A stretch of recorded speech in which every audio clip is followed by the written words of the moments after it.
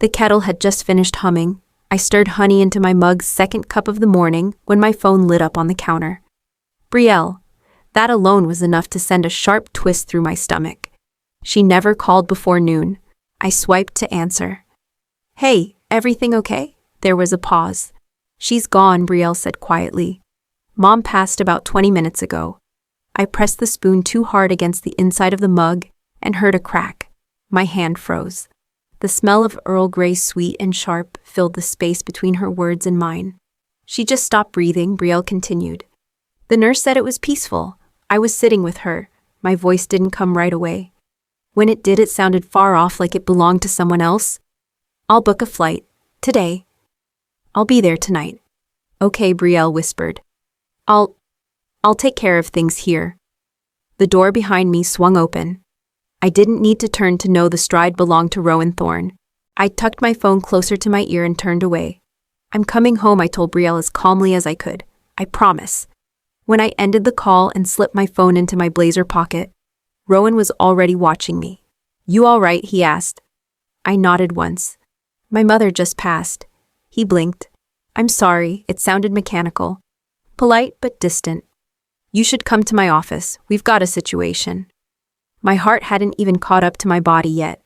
But I followed him anyway down the hallway past desks. I suddenly couldn't focus on through the glass door with his name etched in silver. The hang team lands in 2 hours, he said as he closed the door. They've moved the presentation up. You'll be leading it. I blinked. No, the meeting is Thursday. Rowan, I need to fly home. They changed the schedule. You're the lead strategist. You're the face they're expecting. I just told you, I said more firmly now my mother died. His mouth tightened. And I'm sorry, Jessa. I really am. But we're talking about a $3 million deal. This is the contract that breaks us into the Asia-Pacific market. You miss this, there might not be a job waiting. I stood there completely still, hearing only the sound of my own breath as something inside me, something I hadn't even realized, was holding cracked wide open. I didn't say another word. I walked out of Rowan's office on legs that didn't quite feel like mine, and back into the hallway where everything looked painfully normal. Someone was laughing near the elevators. A delivery guy wheeled past with a stack of catered lunches, and I was still holding my tea like it hadn't just become irrelevant. At my desk, I sat down and stared at the tiny plant I watered every Monday. A pothos, low maintenance, hard to kill. I'd picked it because it wouldn't need much from me. Like everything else in my life, it had learned to survive on neglect. 8 years. I'd given this company 8 years. 8 years of red-eye flights and double shifts. 8 years of smiling through meetings where my ideas were repeated louder by someone else and credited to them. 8 years of being called sharp for a woman, of wearing boxy suits to avoid being called distracting, of working holidays because I didn't have kids, so it just made sense. I'd missed birthdays. I'd sent my mom a bouquet for Christmas the year she was too sick to decorate the tree herself. I'd postponed visit after visit because next month will be better.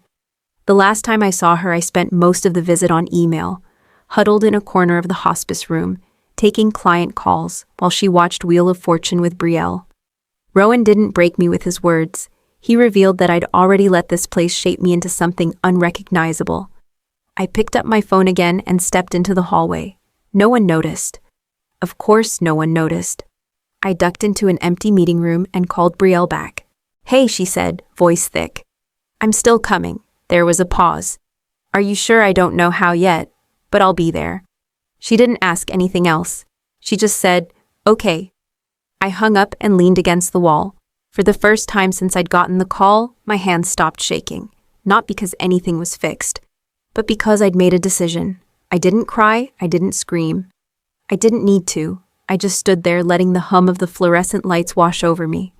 Then I took a slow breath, opened the notes app on my phone, and started writing out a plan in bullet points.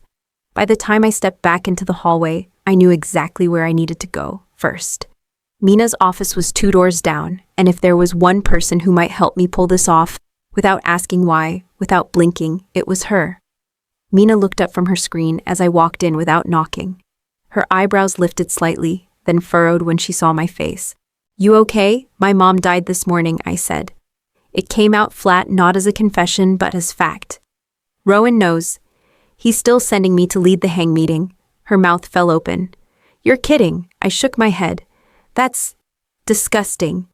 I need your help, I said, lowering my voice. If I can get the hang team to the Holden Conference Center instead of here, and Rowan to the wrong building, I can present from the airport. But I need you to buy me time. Mina blinked once, then nodded. What do you need? Call Conrad. Tell him there's a maintenance issue in the main boardroom. Something about the fire suppression system, they'll buy that. Tell him the Holden Center's already booked and prepped. He'll believe you more than me. She was already opening her laptop. You'll have visuals I'll present from my laptop at JFK. Just get the team in the room by 12:30. That gives me just under 2 hours. Mina paused, studying me. You're serious? I built the model, I said. I know it better than anyone. She nodded again, slower this time. Okay, I'll pull the East Room. Best view in the building. I'll even bring out the good coffee. I managed the smallest smile. Thank you. You don't need to thank me, Jessa. You're doing the right thing. Not everyone would have said that. Most people in this office would have shaken their heads and told me to suck it up. But Mina had always seen through the noise. That was why I'd trusted her with the alternate model 6 months ago, the one Rowan rejected without even reading past page 3. As she typed, I ducked back into my own office, pulled open the drawer, and took out the encrypted thumb drive. The numbers were solid: 18% return reduced volatility and a humane solution to workforce retention. It was the model my mother would have believed in. I closed my hand around the drive. There was no going back now. Rowan adjusted his tie in the reflection of his phone as we stood waiting for the elevator. I stayed silent, holding my bag a little tighter, pulse steady, even though my heart hadn't caught up to the moment. I assume Conrad confirmed with the hang team, he said, still not looking at me. Everything's set, I replied. Holden Center, East Room. He nodded, satisfied, and stepped into the elevator first. I followed, standing at the far side, watching the numbers light up floor by floor. When we reached the lobby, I gestured toward the waiting black town car at the curb. That's yours. I'll meet you there. Just need to grab something from my car. He barely acknowledged me, already scrolling through messages again. The door closed behind him, and I stood at the curb, watching the car roll forward and disappear into traffic. He's not going to the right meeting, I said softly to no one. Then I turned, walked across the plaza, and made my way to the parking garage where my own car waited. My suitcase was already in the trunk. I drove in silence, the city blurring around me as I headed toward JFK. At the terminal, I moved on autopilot. Park, check-in, security, gate, restroom. Inside the family bathroom, I locked the door behind me and set up on the small counter beside the sink. The fluorescent lights buzzed overhead as I balanced my laptop on my bag, tethered my phone for internet, and opened the deck. The alternate model blinked to life on the screen, clean, honest, and built on every sleepless night I'd spent thinking about how to do this better. Not just bigger, not just richer, better. I checked the time, 12:28. I smoothed my shirt, tucked a stray strand of hair behind my ear, and forced myself to breathe evenly. Grief sat just behind my ribs, heavy and waiting, but I wasn't ready to let it in yet. At 12:30, I clicked Join Meeting. The screen lit up with faces. The Hang family, their legal team, Mina near the edge giving me a small thumbs up, and me, just a voice coming through a laptop in a bathroom stall. Good afternoon, I began steady. I'm Jessa Linwood, Senior Strategist for Archer Thorne Financial. I'll be walking you through a revised version of our acquisition model, one that I believe will exceed your expectations in both performance and principle. The slides moved smoothly, one after another, each transition rehearsed in my head 100 times. But this was the first time I'd ever shown anyone the full version. Not the sanitized version Rowan had approved, not the one designed to hit profit targets at all costs. This was the model I built late at night, long after the office had emptied, when I let myself think like a person instead of a strategist. This approach, I said, retains the existing labor force in Taiwan. By reinvesting in human capital rather than replacing it with automation, we mitigate the risk of labor protests and gain long-term stability in supply chain operations. I could see Winston Hang lean forward slightly, his fingers steepled beneath his chin. His son and daughter sat quietly beside him, eyes on the numbers. There were no interruptions, no questions yet, just attention. The marginal savings from automation are erased within 3 quarters when you factor in retraining costs. error rates in new systems, and reputational risks. I continued. In contrast, retaining skilled workers preserves institutional knowledge and positions. Hang Enterprises as a leader in responsible manufacturing. I clicked to the final slide. A clean chart. ROI projections just below 18%. Conservative but consistent. And perhaps most importantly, I added my voice catching just slightly. This isn't just good strategy. It's the right thing to do. There was a pause, measured, respectful. My mother, I said quietly, was the daughter of Taiwanese textile workers. She grew up watching her parents come home, exhausted from long shifts, hands raw, backs aching. Later, she became a labor organizer. She believed that no spreadsheet was ever neutral. The numbers always represent people. Across the table, I saw Mina nod, subtly, her eyes shining. She passed away this morning, I said. And I asked myself, if she were sitting in this meeting, what would she think of my work? I let the silence stand. Let the weight of it settle over the polished conference table and across the miles of fiber optic cable connecting me to that room. Winston Hang shifted slightly in his seat. "Where is Mr. Thorne?" he asked. Unavoidably detained, I answered, without blinking. "But I'm authorized to speak to terms." He looked to his daughter, then his son. A quiet, wordless conversation passed between them, something old and practiced. "My condolences," he said at last.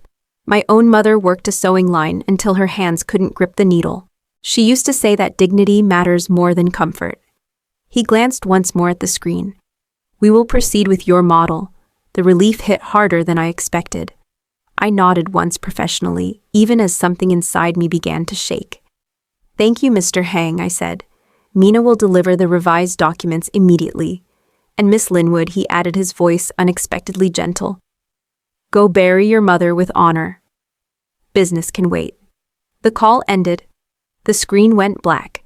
I closed the laptop with both hands and finally allowed myself to exhale. Brielle met me at the curb outside the hospice. She didn't say anything at first, just opened the passenger door and waited while I shouldered my bag. The air smelled like eucalyptus and the distant sea. I hadn't breathed anything that clean in months. We spent the next 2 days in a blur: emails, forms, logistics, too much coffee. I called the florist myself. White peonies, I told her. They were Mom's favorite. She used to buy a single stem at the Saturday market and keep it in a chipped vase by the kitchen window. The pianist from her church agreed to play Eternal Father Strong to save the hymn that was playing when Mom met our dad at a USO dance in 1983. Through it all, I kept my phone on silent. Every time I checked it, there were more missed calls from Rowan. First voicemails, then texts. "Where are you? The clients are here. You're not. You had one job. Don't bother coming back. You're done." I deleted each one without responding. The morning of the funeral, a new email appeared. The sender's name stopped me, Lena Hang. Subject line: with respect. I opened it. Miss Linwood. The revised model has been signed and approved by our board. My father was deeply impressed by both your financial clarity and your ethical stance. We were informed by your colleague Mina Salas that you presented this version without your CEO's approval, and that you did so on the morning of your mother's passing. Should you find yourself in need of a new opportunity, we would welcome a conversation. With condolences and admiration, Lena Hang, Chief Operating Officer, Hang Enterprises. I stared at the screen for a long time. Then I clicked over to another message, this one from Calder Knox, my former mentor, one of the only people at Archer Thorne who'd ever treated me like more than a name on a report. Jessa, emergency board meeting wrapped an hour ago. I don't know exactly what happened, but the Hangs not only signed, they increased their investment, 30%. And they made it clear they would only work with you going forward. Rowan is, well, let's just say it's not looking good for him. Take your time. We'll hold your seat until you're ready. And Jessa. Your mother would have been proud. Calder. I sat back in the chair on Mom's patio, the old one with the peeling paint and rusted armrest, and watched the wind move through the lemon tree. The blossoms were just starting to open. The church was modest, white siding, wooden pews, and the same green carpet I remembered from childhood Sundays. People I hadn't seen in years filled the small sanctuary, some hugging Brielle, others sitting in quiet reverence as the pianist began the hymn, Eternal Father Strong to Save. The melody hit me harder than I expected. I folded the program in my lap, keeping my fingers moving to stay grounded. When it was my turn, I walked to the front, heart pounding not from fear, but from the sheer weight of the moment. I hadn't written anything down. There were no slides, no numbers, no metrics, just a daughter standing in front of the people who loved her mother. I could talk about her work I began, about the campaigns she led, the factories she helped unionize, the people she protected. But if you knew her, you already know all of that. I let the silence breathe before continuing. What I want to tell you is what it was like to grow up with someone who believed every job deserved dignity. Someone who never made a lot of money, but made a huge difference. I glanced at Brielle, who nodded through quiet tears. She once told me that when you look at a spreadsheet, you should remember those aren't just numbers. They're stories. They're lives. My voice wavered, but I held steady. I forgot that for a while. I buried myself in work and ambition and numbers, without names. But my mom, even in her absence, she reminded me of what matters. When I stepped down, the pianist began again. White peonies lined the altar. I could almost feel her beside me. 2 days later, I flew back to New York, not to reclaim my office, to walk away from it. I wore a navy suit and no makeup. I walked straight into the Monday morning all-hands meeting, clipboard in hand. The room quieted when they saw me. Lloyd Knox stood at the front, announcing that Rowan Thorne had decided to pursue other opportunities. Corporate speak for exiled. Then he turned to me and said, "We'd like to congratulate Jessa Linwood, newly appointed Vice President of Strategic Development." Polite applause followed. I waited. Then I stepped forward and took the mic. "I appreciate the offer," I said. "But I'm not accepting." A ripple ran through the crowd. In the last week, I've remembered who I am, who raised me, and what kind of work I want to do. I paused. I've started my own firm, Linwood Strategies. We focus on ethical acquisitions and long-term value, not just profit. I nodded once, then walked off stage. No dramatic flourish, just truth. It's been 18 months since I left Archer Thorne.